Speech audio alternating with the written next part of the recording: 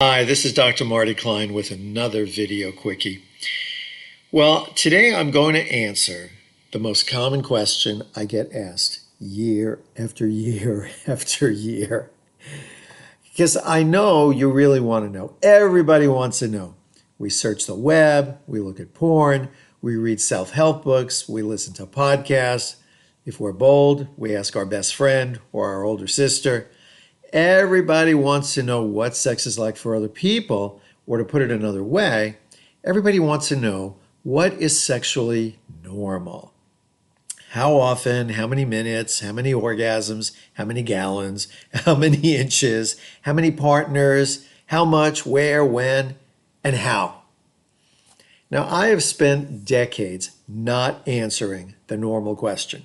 From patients, from the media, from my readers, radio listeners, TV audiences, lecture audiences, I just don't seem to answer the question because people inevitably use this information in really non-helpful ways. Both men and women seem to want to compare themselves to some average and then judge themselves. Either I'm or we are like other people, so I or we are okay, or I or we are not like other people, so I or we are not okay. And then the worst of all is, I told you you're not normal. Oh, that's really problematic. These are all mistakes. If a sex life works for the people involved, it's fine. If it doesn't, it isn't. What others do is irrelevant. And what's normal doesn't predict the answer to, does it work for me? Does it work for you? And most particularly, does it work for us? Nevertheless, after 35 years of refusing to answer the question, today I'm going to tell you, although not with numbers. I am going to tell you that in America, here is what is sexually normal. Most of all, adults have sex when they're tired. After the first blushes of horniness wear off, most people save sex for when they're too tired to do anything productive. Very few grown-ups, again, after the first 6, 12, 18 months of a relationship, very few grown-ups say, honey, let's spend Saturday night making love. Or, oh, your parents are taking the kids tomorrow night? Let's have sex instead of going out. When we're tired, the sex is more likely to be short, perfunctory, goal-oriented, and mechanical. Little energy for kissing, no patience for stroking, nibbling, or whispering. And if something goes a little unplanned, a foot cramp, an erection that comes and goes, an uncooperative condom package, we're more likely to say, you know what, let's just forget it if we're tired. Now, another way that I could describe what is normal sex is many people are not sober during sex or before sex. That's usually because they're nervous or they want to reduce their partner's inhibitions or simply calm their partner down by inviting them to drink, or because sex is physically or emotionally uncomfortable and alcohol is like an analgesic. When people are under the influence, of course, their decision-making is compromised. They're less likely to use birth control, less likely to communicate clearly. And they have less of that fine motor coordination that makes touching and kissing gentle or graceful or pleasant. Being clumsy in bed and not realizing it doesn't exactly motivate one's partner. Another aspect of normal sex is that even people who are intimate are often unsure about what their partner really likes and dislikes.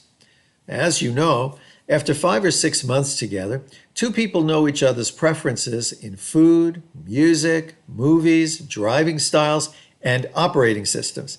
But sex? Many people hesitate to say, I like to climax from oral sex more than intercourse. Hesitate to show, see, softer like this. Hesitate to ask, like this or like that. Imagine cooking dinner for someone and not knowing if they're gluten-free or vegan. Imagine going on vacation with someone and not knowing if they're terrified of flying or they like to get drunk on airplanes. Now imagine being sexual with someone and not knowing what they like and don't like, or not believing that they're satisfied when they say they're satisfied. Maybe that's what your experience is like. It's troubling, of course, and it's normal, meaning it's very common and socially acceptable. It's not good, but it's very common and socially acceptable. People frequently ask me about techniques or toys or positions for making sex better. Asking someone's preferences and believing them is the easiest way to improve our sexual experiences. And it requires no equipment, no special physical skills, and it's free. One more aspect of normal sex I want to mention is that many people who use Viagra or other erection drugs, they hide it from their partner.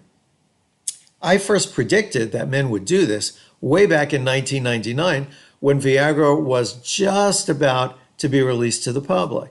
And people have been hiding their Viagra use from their partner ever since. Partly, it's a pride thing. I don't want her to know I'm not man enough without it. Partly, it's a self-defense. So, Joe, I don't turn you on enough? Sam, maybe you don't really love me. It's true that many erection problems are about the guy's emotions or about the relationship, sometimes both, but many aren't. And even when yours or your partner's erection difficulties are, the way to explore this is not with accusations or mind reading or defensiveness. Rather, it really should involve a series of collaborative conversations in which each partner learns more about the other and the two eventually explore ways to enjoy sex that don't require an erection. I don't say that everyone who takes Viagra has to tell their mate, but most relationships do not need one more secret. I'm Dr. Marty Klein. Thanks for joining me.